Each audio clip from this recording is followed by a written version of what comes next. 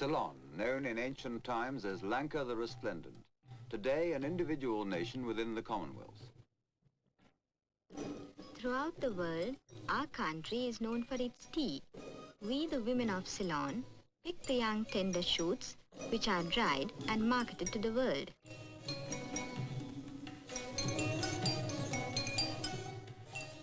The greatest event in the history of our island was the coming of Buddhism, to which our temples are dedicated.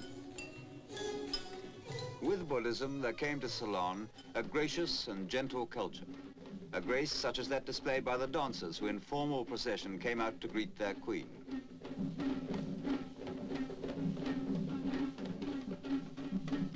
With our music and our dancing, which go back 2,000 years before the Christian era, we salute our sovereign and say, "Welcome the Queen."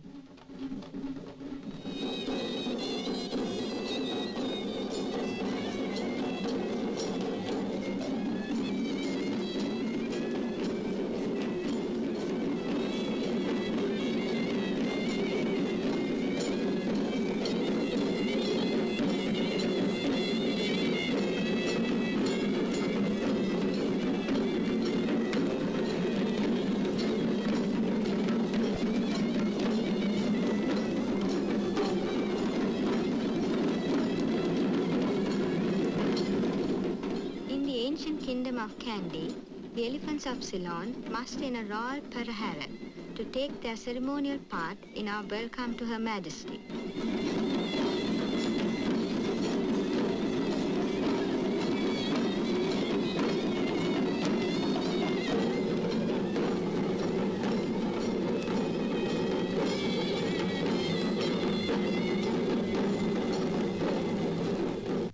At Victoria Park near Aurelia, Kandy chiefs awaited the Queen, and on this occasion it was said of her that she no longer symbolized the dominance of one nation over another, but rather the ideal of unity creating strength. At Victoria Park, the Queen and her husband, Prince Philip, are to leave us a souvenir of their visit.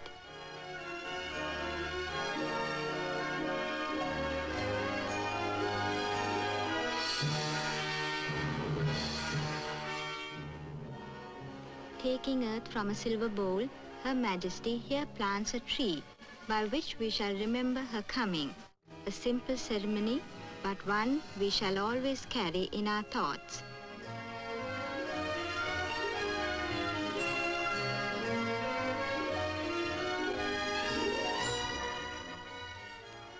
As the Queen's visit draws to a close, we think of the words she used when she broadcast her personal greetings to us from Colombo.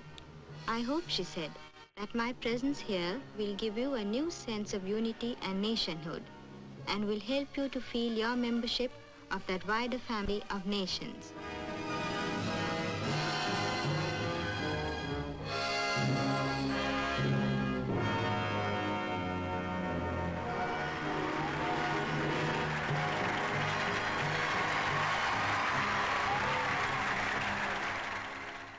Thus, the Queen's visit to Ceylon drew to a close, with the applause of the youth of an ancient people and the traditional salutation of the Kandy elephants.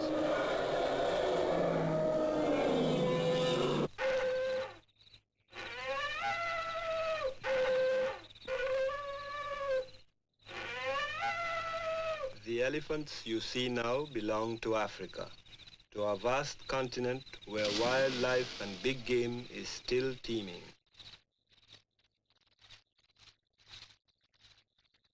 Life that is still ferocious and untamed, but life that moves also with infinite grace.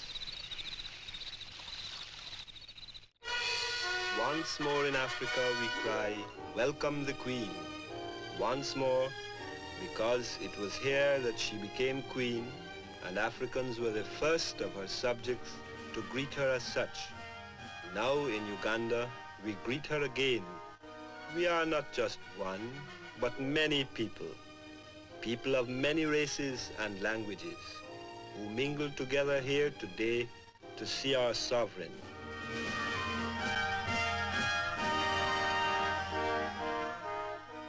Now our drums beat and our warriors begin what we call here Akoli dancing.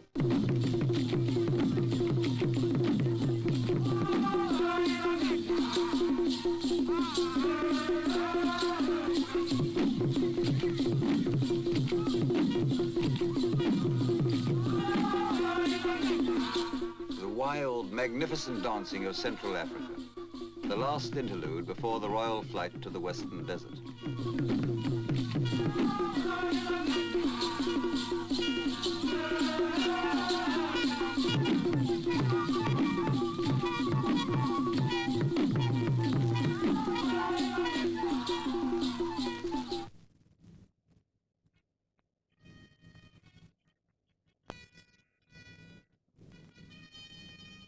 The desert. We all knew it as that, we who fought there, where our armies of young men from Britain and the Commonwealth triumphed in the end. The relics of that army that still lie there in the desert sand.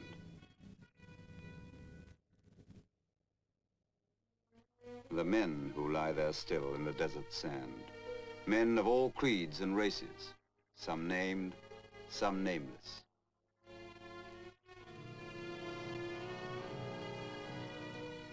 Here to the cemetery at Tobruk came the Queen alone with her husband. Here they paused, and in a solemn moment paid tribute to those who lie in African soil.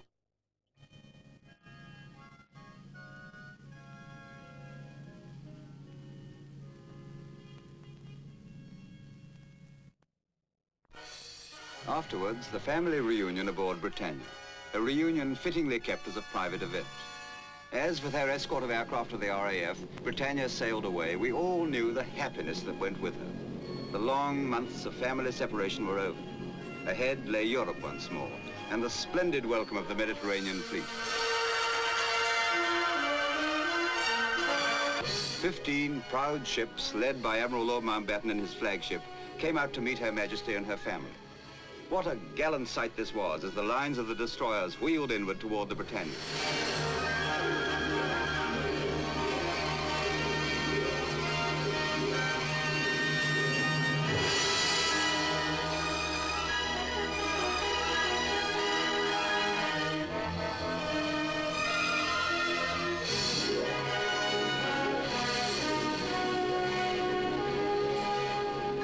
As they bore down in line at 25 knots, there followed a salute of 21 guns.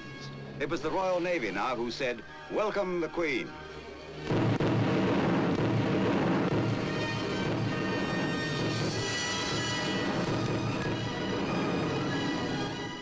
Within half a cable length now of the royal yacht, they swept by cheering.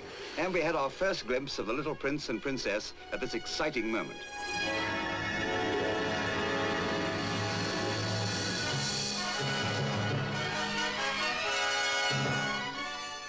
Admiral Lord Mountbatten then joined Britannia as she sailed on toward Malta. And from the carrier Eagle, helicopters rose to join the air escort.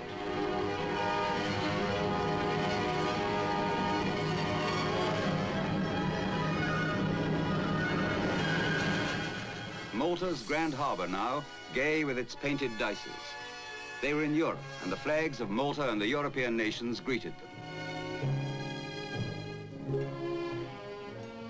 Once again, a solemn moment, recalling the airmen who fought and died in the Second World War. Airmen from all parts of the Commonwealth and from Allied nations. For this unveiling came pilgrims from Britain and from all over the world.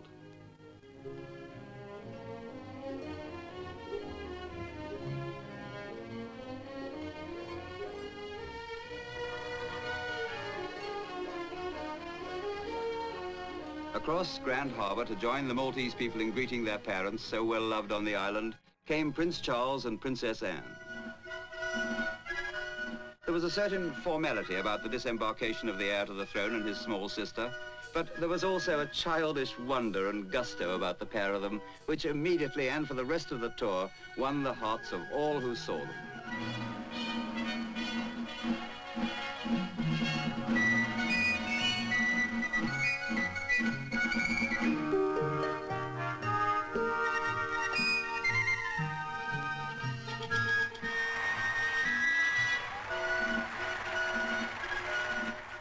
The royal children drove through the crowds to the Phoenicia Hotel, where a balcony had been reserved for them.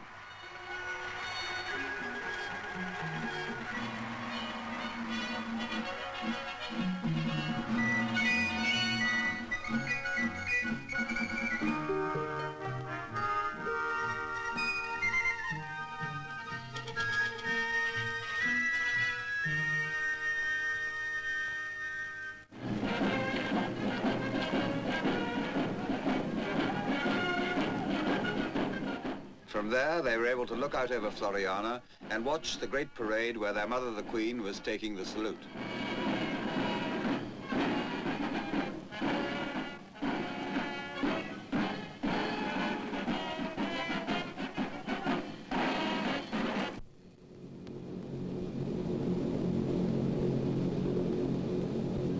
The Rock of Gibraltar, British since 1704, only 2¼ square miles in extent, a fortress, harbour and air base with a population of more than 20,000 people.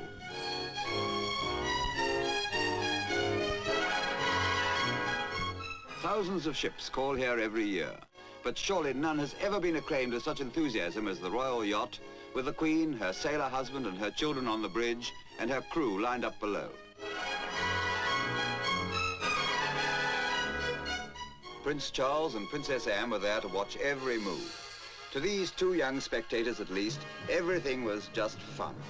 And to their sailor escorts, both themselves family men, it was an enviable duty indeed.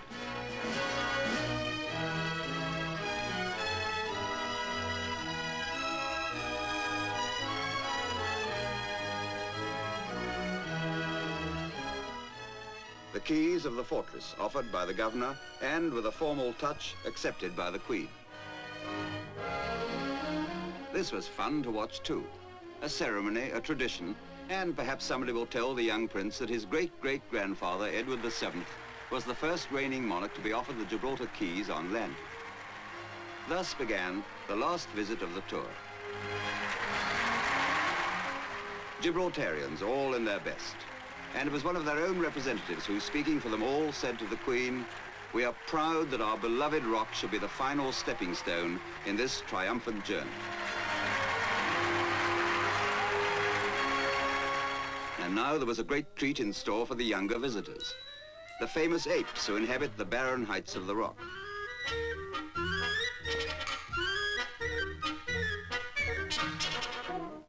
There, high above the great fortress and harbour, Her Royal Highness the Princess and her brother, the heir to the throne, became just children at play.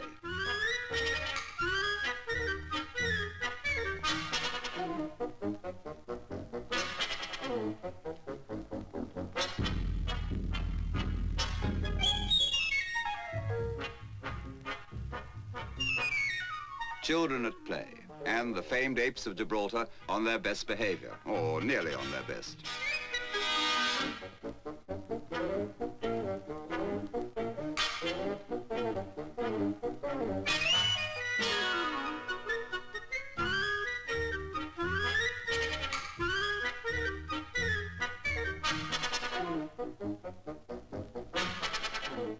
Royal bounty. Everyone seemed to have brought a supply of nuts, and there's no telling what a monkey won't do for a nut. When the Queen and Prince Philip arrived to join their children, the apes were just as welcoming, just as friendly, just as greedy, and being apes, no respecters of persons.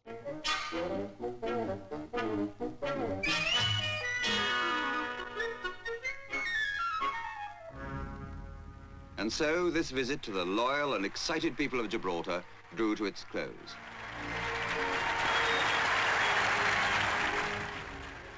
Down through the narrow, winding streets, so familiar to generations of British serving men, went a royal family party.